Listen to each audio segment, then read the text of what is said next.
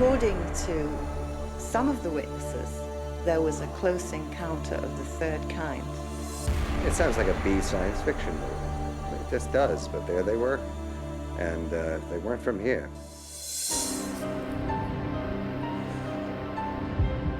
These stories are some of the strangest experiences ever described in the UK. We can't tell if they're true, but they are all recounted by ordinary people. Now they are your witnesses.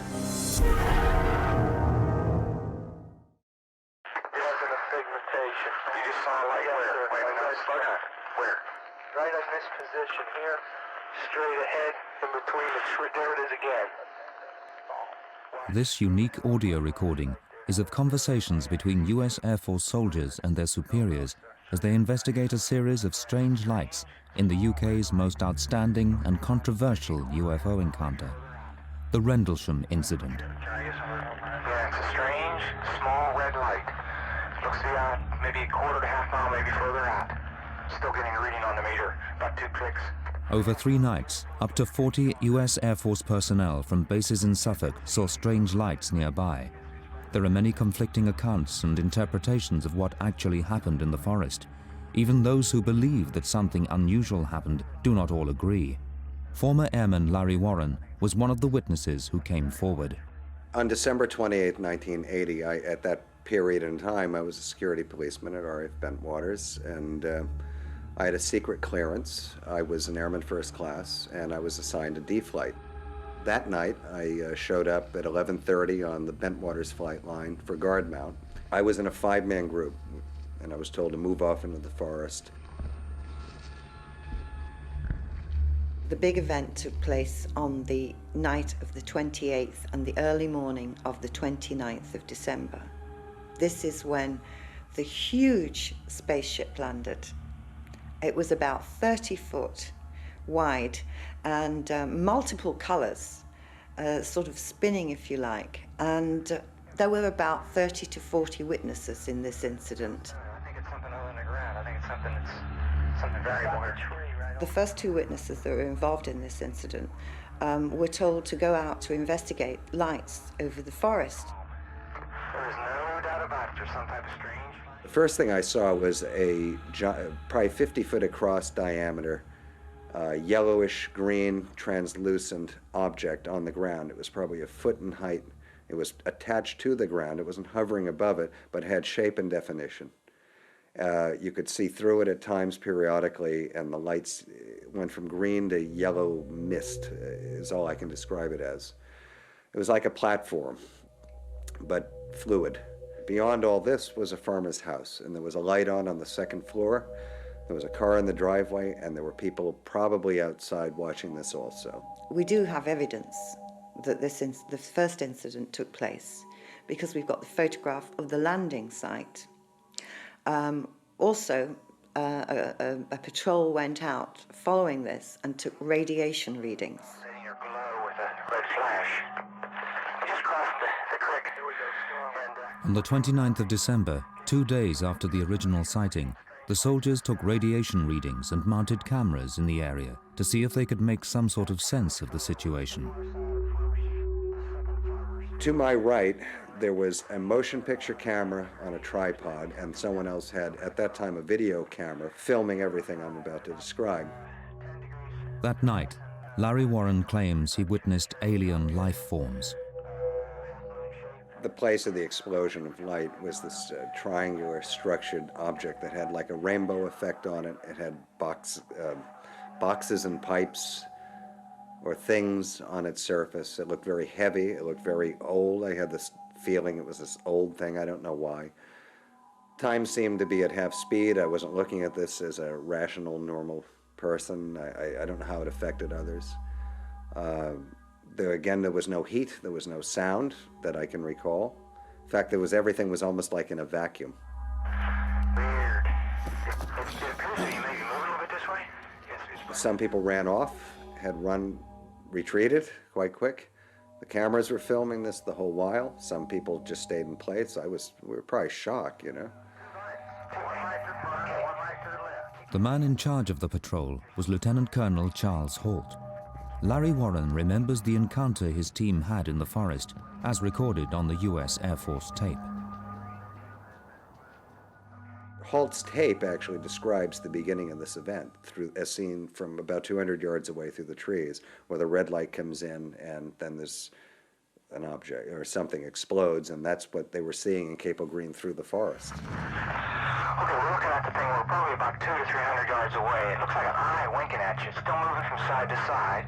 And when you put the star scope on it, it sort of has a hollow center, right? Dark center. It's like a pupil of an eye looking at you and winking. There's one on the right heading away too. Yeah, we're both heading north. Hey, here he comes from the south. He's coming toward us now. Now we're observing what appears to be a beam coming down to the ground. This is unreal. This light came around this blind side of the object. Never saw the back of it. It couldn't move from the area it was in. And inside the light were these, the light diminished in brightness. It was a foot off the ground, and there were what you'd only describe as children at that time. I wasn't the only one that did it. Some other people said I thought these were children. And they had 4.5 feet tall, above the ground, very bright, translucent at points. You couldn't see the lower extremities, but you could clearly see the face, and it wasn't human. But it seemed like it was either a projection, or it was separate from us, or it was protected from us. It was, but it was alive. There was no doubt in my mind the way these things moved. The upper extremities, there was a noise behind us at one point, and the arms on one of these three beings raised, almost like this, in a defensive posture. It had some kind of equipment around its belt, all three of them. And I mean, it sounds like a B science fiction movie. I mean, it just does, but there they were. They weren't from here at all. According to some of the witnesses, there was a close encounter of the third kind. There was actually beings. These were translucent. They were almost human-looking, but translucent. The witnesses were absolutely in a terrible state. I mean, these are military men. We see strange strobe-like flashes to the rather sporadic, but there's definitely something, some kind of phenomenon. 305. He approached these things. There's been misstatements over the years that there was communication with sign language and all this, like close in the movies. It wasn't. It was definitely a visual standoff. A very uncomfortable one, so it looked, with this phenomenon. 0315, now we've got an object about 10 degrees directly south, 10 degrees off the horizon. Some of the other people looked totally buried, like everything they knew collapsed. It was done. We're observing what appears to be a beam coming down to the ground. We were called off by our shift supervisor back to the staging area, parking area. And it seemed the lower ranking guys were called off first, so I gladly left. I looked over my shoulder, my left shoulder, as I was going over the rise, and this face-off was still going on this field called Capel Green. And I'll never forget it. And there it was. We got back to the vehicles and left. We're turning around, heading back toward the base. The object to the south is still beaming down lights to the ground. The witnesses were believed. They made statements. The British police were also called out where the UFO had landed, and they found 3 indentations in the ground, which were photographed. And remarkably, in 1983, they were sent a copy of a memorandum that was written by Lieutenant Colonel Charles Halt, the very person who went out there with the patrol and investigated this case. For many years, the truth behind Britain's equivalent to Roswell remained surrounded in secrecy, closely guarded by both the British and US governments. Then, in 1983, after years of campaigning, the US government was forced to release official documents on the incident under the Freedom of Information Act. This controversial report is signed by Lieutenant Colonel Charles Halt, the commander in charge on the night. This memorandum was sent to the Ministry of Defence, and it really, what it depicts is what happened during that week.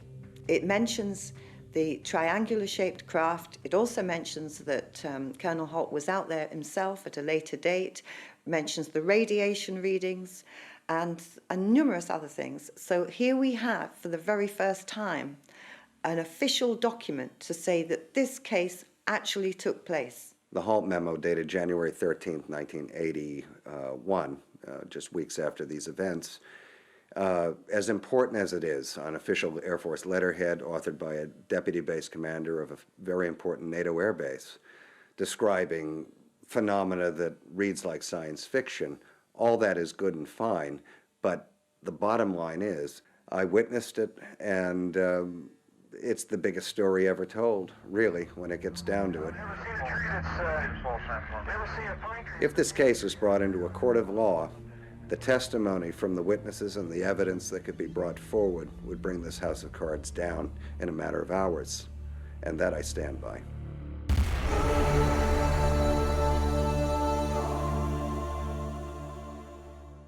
Over 3 nights in December 1980, a series of strange lights was seen at a US Air Force base near Rendlesham Forest in Suffolk. The lights were investigated by military police, but they could find no explanation for the extraordinary sights. In an official memo written by Lieutenant Colonel Charles Halt, he described his men as reporting seeing strange objects in the woods. Early in the morning of December 27th, 1980, approximately 0300 hours local, 2 USAF security policemen, the individuals reported seeing a strange glowing object in the forest. The object was described as being metallic in appearance and triangular in shape. 150 feet or more from the initial, I should say, suspected impact point. Having a lift going, we can't get the light on the Itself had a pulsing red light on top and banks of blue lights underneath. The object was hovering or on legs.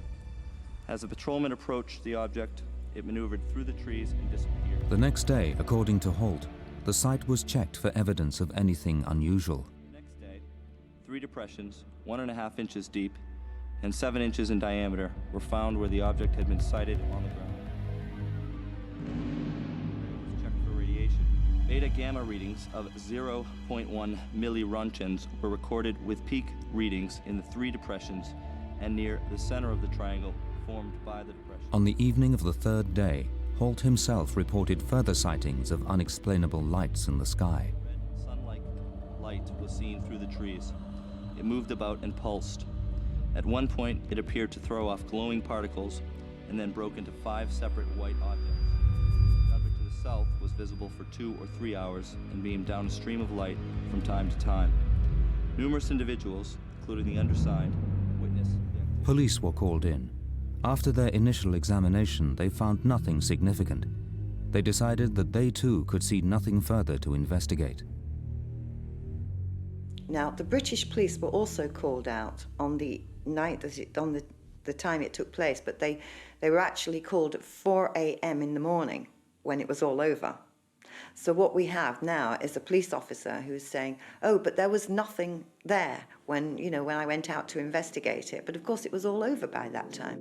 The official line was that the lights had an innocent, rational explanation, possibly the beam from a nearby lighthouse, but some still think differently. Throughout the last 20 years, gradually some of the witnesses have come forward and started to talk about what happened. One of the witnesses was told that what he had seen was the beam from the nearby lighthouse. Now, this is 5 miles in the distance. He said, no, I did not see a lighthouse beam. What I saw was an unidentified craft. They kept on, and in the end, he finally said, okay, it was the beam from the nearby lighthouse. He was so upset about this that when he was returned back to his quarters, he actually thought of going AWOL. Official reaction from the US Air Force and the UK Ministry of Defence was the same and remains so to this day. The Ministry of Defence have denied this incident took place. In other words, they just say, oh, it was lights in the sky. It was of no defence significance. No matter how many times people talk about it, no matter how many witnesses come forward, the Ministry of Defence continued to deny that this incident took place. The Ministry of Defense statement was clear and unambiguous. The lights posed no threat. The Ministry of Defense examines any reports of unexplained aerial sightings it receives solely to establish whether what was seen might have some defense significance, namely, whether there is any evidence that the United Kingdom's airspace might have been compromised by hostile or unauthorized air activity. The judgment was that there was no indication that a breach of the United Kingdom's air defences had occurred on the nights in question, and no further investigation into the matter was deemed to be necessary. The government of Great Britain has always said these events were of no defense significance. And I countered that by saying we had the largest backline supply of tactical nuclear weapons in NATO secretly housed in East Anglia. These objects were flying with impunity over the weapon storage areas, firing beams of light down to the ground at these hardened weapon storage areas, adversely affecting the ordnance in. That sounds to me like extreme defense significance. There are actually a number of reasons why the British and American governments would not want to admit that this very powerful incident took place. At that particular time, it was the height of the Cold War. The bases deployed nuclear weapons that we weren't supposed to know about. There was a lot of conflicts going on in the world. But if you actually look back on the historical records on ufology, you will realize that every case is being covered up, including, of course, Roswell. I've never seen a tree that's, never seen a pine tree that's been damaged react that fast. So is this Britain's Roswell? The conspiracy theorists and believers had a field day. Though they don't all agree, they felt they had credible eyewitness evidence of sightings of alien craft. But the Ministry of Defense and US Air Force still maintain that there was no threat to air defenses, even though nuclear weapons were stored nearby. There could be a whole host of reasons why we're talking about a cover-up. It could, in its simplest form, be bureaucracy. It could be red tape, and it's nothing more than that. I mean, our own Official Secrets Act here in the UK buries things for years. Some of it is quite trivial, and there's no reason why it shouldn't be released. It's just that that's the way bureaucracy works. Again, it could be that that's the way bureaucracy works regarding the Rendlesham events.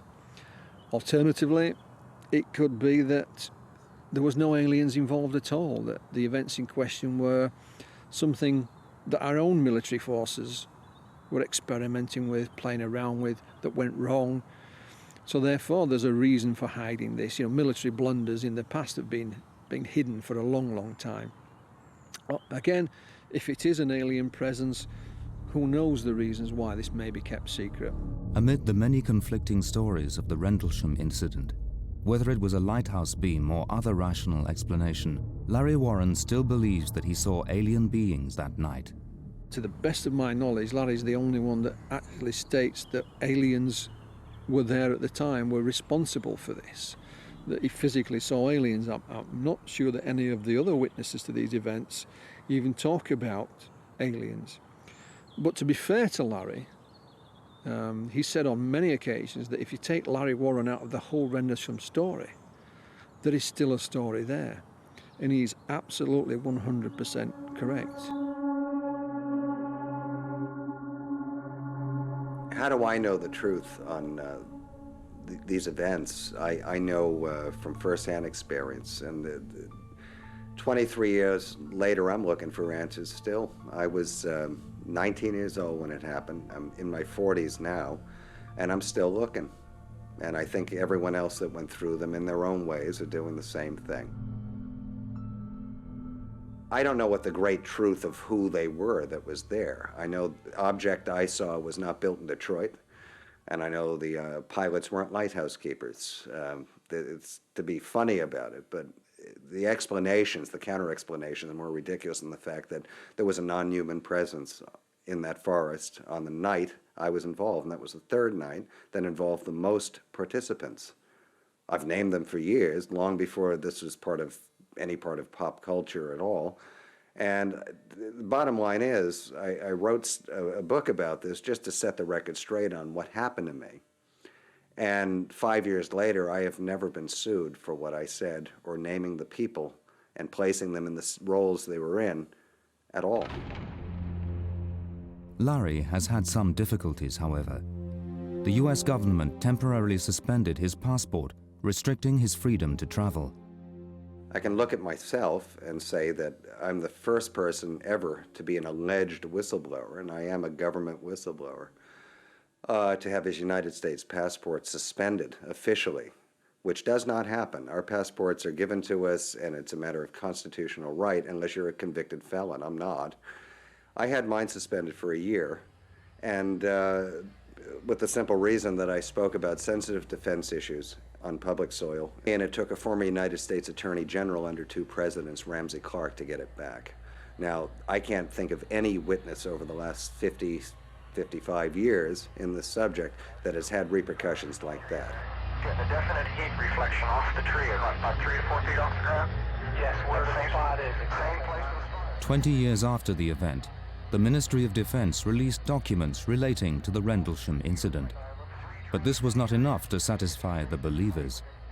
There were more than 150 documents, but there were really only 12 documents that were very important to the case. Most of them were just letters from the public or letters from MPs.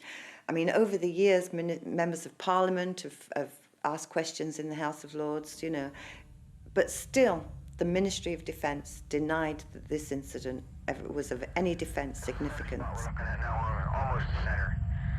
I had the opportunity to interview Margaret Thatcher in 1997. And of course, Margaret Thatcher was the Prime Minister in 1980 when this incident took place. I talked to her about military personnel, scientists who are now coming forward and talking about their encounters. She turned around and said, "You have to have the facts and you can't tell the people." Now, why can't I tell the people? Why can't the people be told? But if you think about it, does the government know what's going on? I mean, are they able to deal with this? What president or prime minister would want to risk their reputation by standing up and saying, "Yes, we have had contact"?